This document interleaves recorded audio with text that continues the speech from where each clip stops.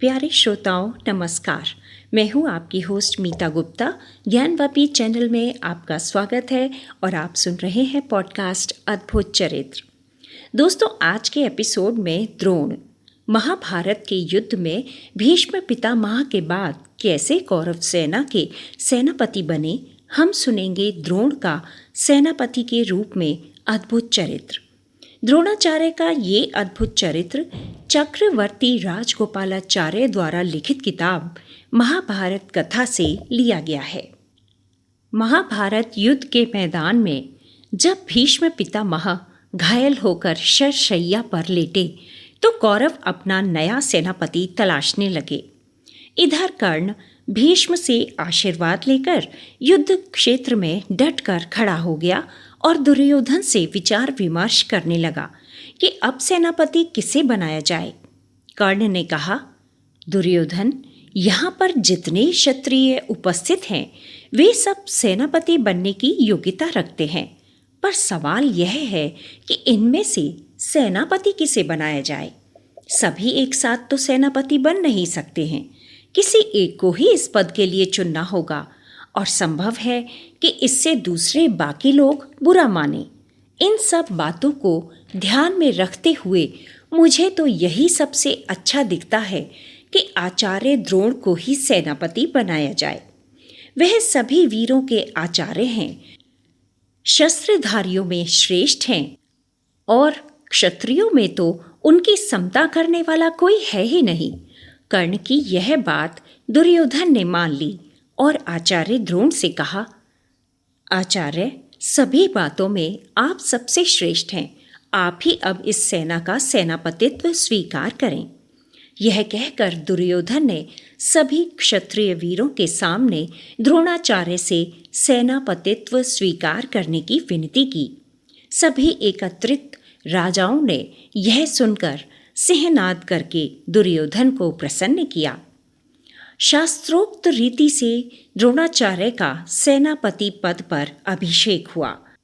सैनिकों के स्तुति गान और जय घोष को सुनकर कौरव तो ऐसे उत्साह में आ गए कि उन्हें यह भ्रम होने लगा मानो उन्होंने पांडवों पर विजय ही पाली हो।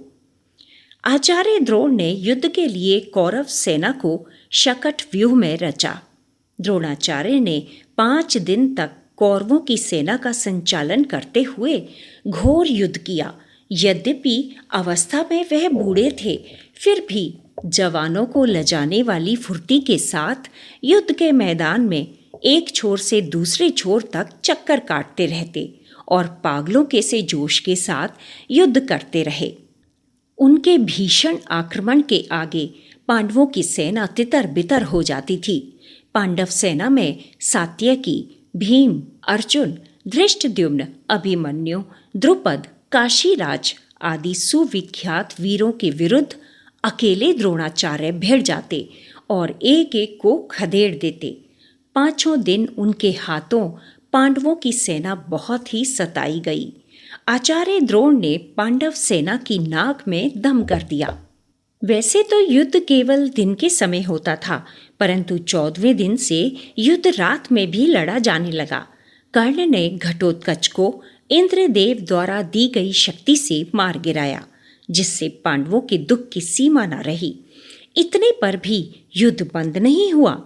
द्रोणाचार्य के धनुष से बाणों की ऐसी तीव्र बौछार हो रही थी जिससे पांडव सेना के असंख्य वीर गाजर मूली की तरह कट कट कर गिरते जाते थे।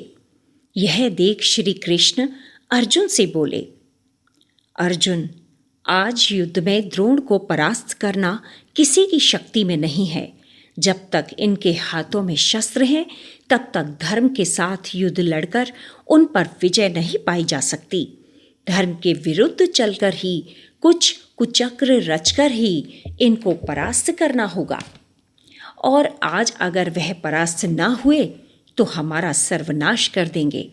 इसलिए किसी प्रकार द्रोण अगर यह सुन लें कि अश्वत्थामा मारा गया तो वह शोक में पड़कर हथियार फेंक देंगे। परंतु अर्जुन ने ऐसा करने से साफ इनकार कर दिया, लेकिन युधिष्ठिर ने काफी सोच विचार के बाद कहा कि यह पाप मैं अपने ऊपर लेता हूँ।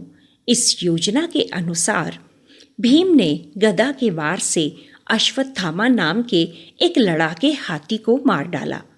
फिर भीम द्रोण की सेना के पास जाकर जोर से चिल्लाने लगा, मैंने अश्वत्थामा को मार डाला, मैंने अश्वत्थामा को मार डाला।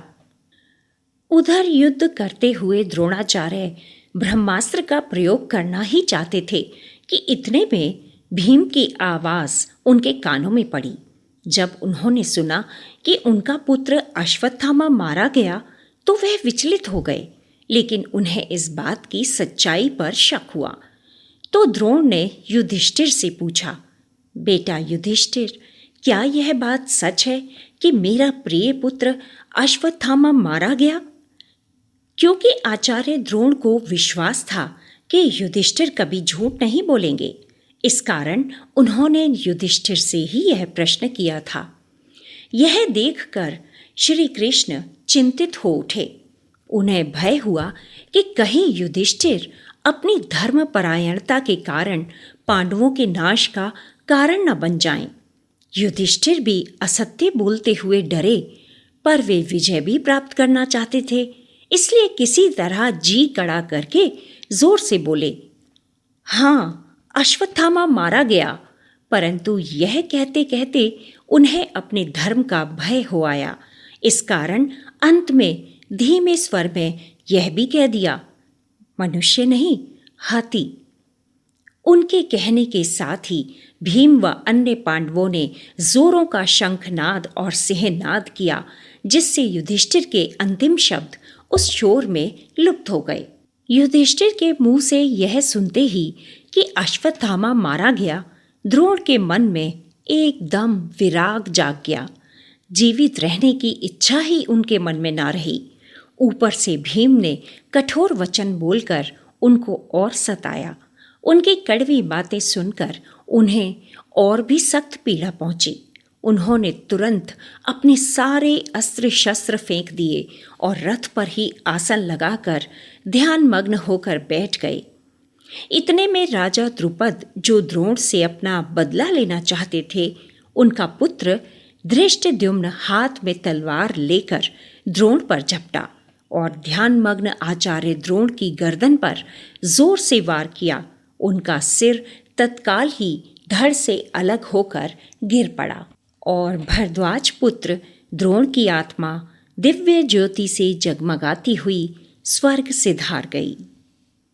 दोस्तों, इस तरह द्रोणाचार्य का अंत हुआ था। अगर आपको ये पॉडकास्ट पसंद आ रहा हो तो प्लीज़ इसे सब्सक्राइब, लाइक और शेयर ज़रूर कीजिएगा। मिलते हैं अगले एपिसोड में। तब तक के लिए नमस्कार और पॉडकास्ट सुनने के लिए धन्यवाद।